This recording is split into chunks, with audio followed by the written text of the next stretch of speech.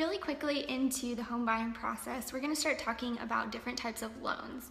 Ultimately, you're going to have this conversation with your lender, but it's good to at least have a general idea of what they are so that you're up to the lingo whenever you go in. So I just wanted to take half a second to talk to you about the 5 different types of loans. And I'll tell you the one that we won't talk about as much really quickly. It's called the USDA loan, and it's mostly for agricultural land, so it's not something we deal with very often, and it's not super common in this area. Only certain parts of land and types of land even qualify for this loan, so it's just not something we really think about.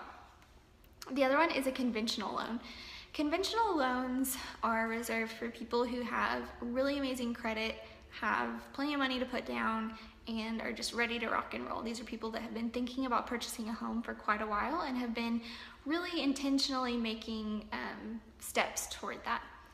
The other types of loans, one is RD, stands for rural development. So that means that these homes, these parcels of land that qualify are going to be on the outskirts of town. So essentially what your town is doing is reimbursing you just a little bit, helping you out, so that you can help kind of push the boundaries of the town.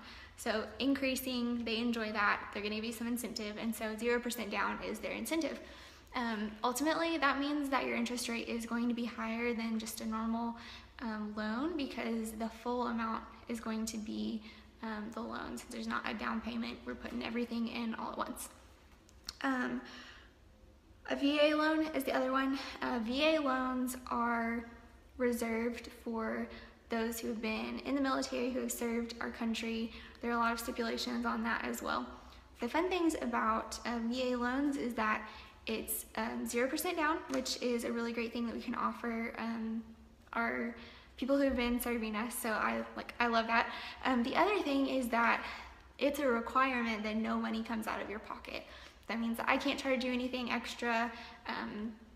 Nobody else can. It's just a really simple transaction because we know that nothing's coming out of your pocket and we know exactly what your price point is, and so it just makes for a really smooth thing.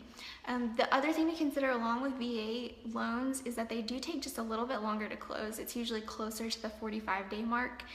Loans usually take between 30 and 45 days to close, but RD and VAs are pretty much a little bit slower.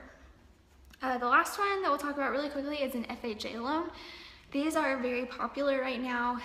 The credit score is just a little bit lower than, say, conventional loans require, and it's also about a 3.5% down payment.